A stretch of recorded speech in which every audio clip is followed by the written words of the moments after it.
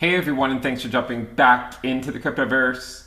Today, we're going to talk about Ethereum, a non-emergency video.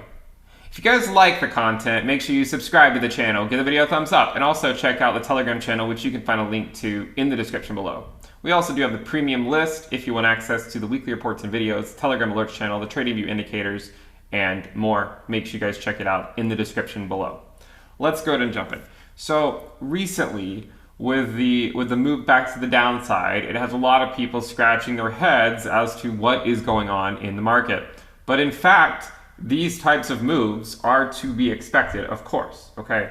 Now, I think the main thing that people are worried about is, namely, is it a dead cat bounce, right? Is it a dead cat bounce? And you can certainly understand why people would think the way they do. I don't think it is. I mean, I personally think we are reestablishing what the new normal is, okay? And that new normal range, in my opinion, is essentially between, say, where the last bottom was at 1,700 all the way up to $4,000. Let's say 2 to 4K. It's the new normal. We're trying to get accustomed to what the new normal is. And we've seen these types of moves before, okay? And just the other day, we put out a video on Ethereum, and I told you guys, hey, I mean, it looks like we're just headed straight up. There's a good chance we could still just be going straight up. But if history is any indication, then after one of these major moves up, what do you normally need to see? Long accumulation, reaccumulation, if you will. When have we seen that before?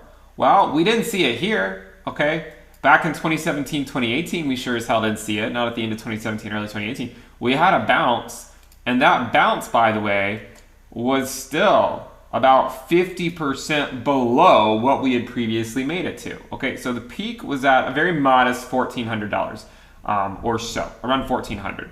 The bottom took us all the way down to 300 or 400. We had a dead cat bounce up to 800, and that was all she wrote for years. Okay, that was it. Today, I mean, if this is a dead cat bounce, the cat, I mean, it's must be made of rubber or something, because this is a pretty high bounce here for this to be for this to be considered a dead cat bounce. I mean, we're essentially just flirting with the prior all-time highs. Look at the weekly candles, in fact. Look at these. It's the same thing. It's the same thing.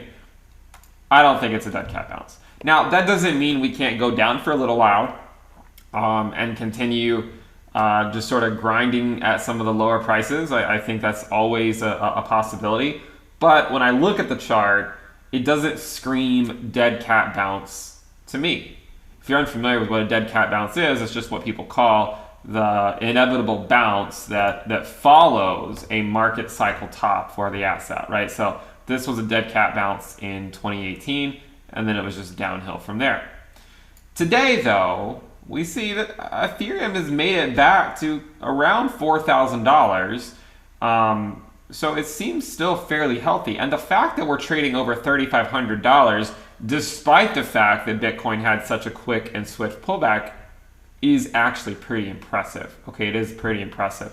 Now, if we go look at prior times we saw this type of price action, it might make a little more sense. Because from what I can tell, my own ignorant viewpoint potentially, doesn't look like this at all. Doesn't look like that at all.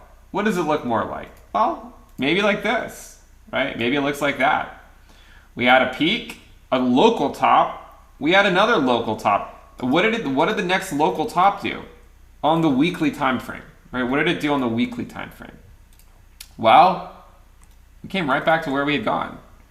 All right. I mean, we went up to very modest, 350 in June, and then in late August, early September, we made it back to 350. We went back down to the 20-week though after that. So, the things that people need to be aware of, and the way I navigate the market, and is honestly one reason that I get flack in the cryptoverse for navigating it like this, but I contend it's the best way to navigate it. Always be prepared for the downside. Always be prepared for it. be conservative. If the price is 3,000 or 2,500 next week, I would look at it as an opportunity. If it's 4,500 or 5,000 next week, then be happy with the position that you have. So always navigate the cryptoverse, being prepared for either direction. Try to recognize where we are in the market cycle. I mean, if you think we're going to go back to $300, then certainly DCAing it at even $2,000 or something wouldn't make a whole lot of sense. But if you think there's more room for the upside, which I personally do, I do think there's more room for the upside. I'm not saying that upside has to come tomorrow, because again, I think the cycles are going to continue to lengthen and whatnot. I do think Ethereum can probably make it to around 10,000 plus or minus a few K, right? What's a few K among friends? I do think it can make it there. I don't know that it's going to make it there this year though. And the good news is that this year only has about a little less than 4 months to go. I mean, we got September, October, November, December, and then we're into 2022. So if we look at this range, there actually are a lot of similarities, okay? First local top in June, second one in late August, early September, and then back to the bull market support band until November, okay, until November. And, you know, if we were to go back to the bull market support band, which, by the way, at the current time, the 20-week SMA is currently trading at a very modest 27.88. And the 21-week EMA is at 27.22. What would take us to those levels? What is an event that could take Ethereum back to the upper $2,000 range? Well, an event would be if Bitcoin tests the 20-week moving average, okay?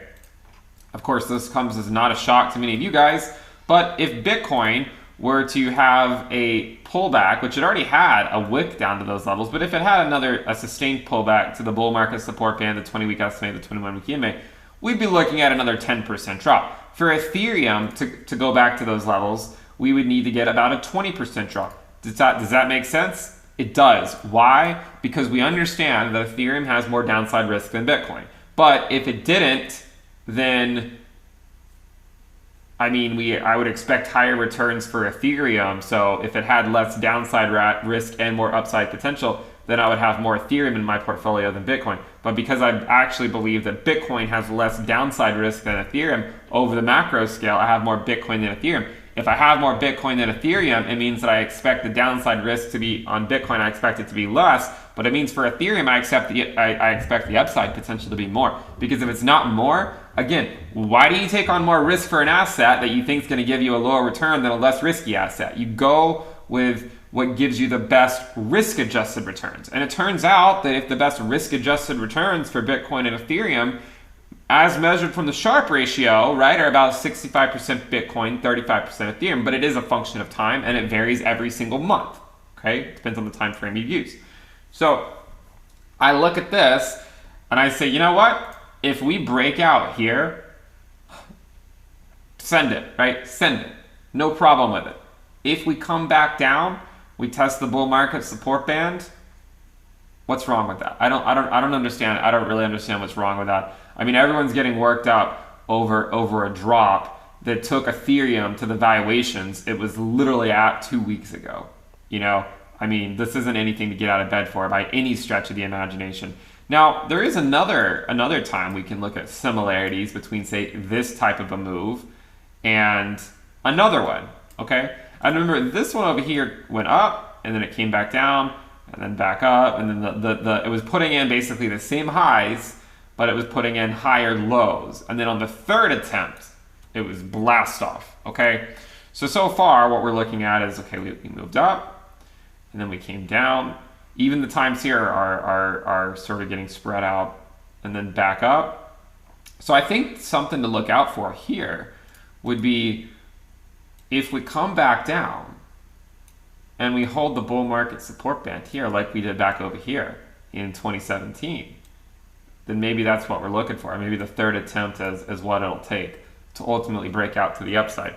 There's also another one we can compare to, and you should take everything into account, and it's this one over here. And it also looks relatively similar. albeit slightly different. Okay, the first local top happened in March. We came back in and actually put in a new all-time high in June.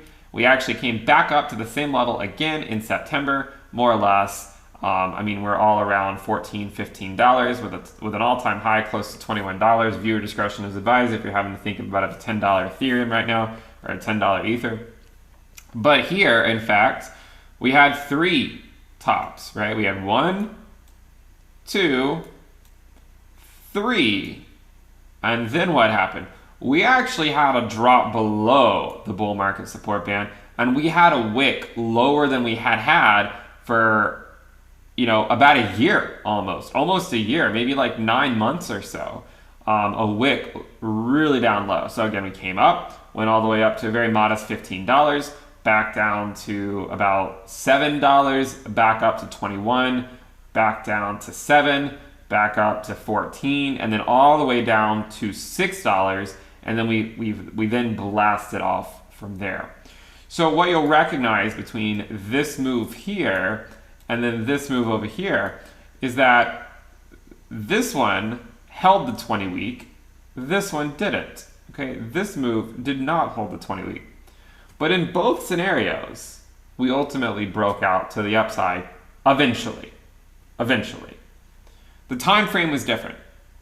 Okay, the time frame for this one from establishing this range was about half a year. The time frame for this one from establishing this new range was about a year. Right now, in the current range that we're in, we're looking at about half a year, not even half a year. Okay, so moral of the story, my thinking, I do think time is on our side. I do think we just need to keep hanging out, right? We just need to keep hanging out at these levels. Eventually, I do imagine we will break out.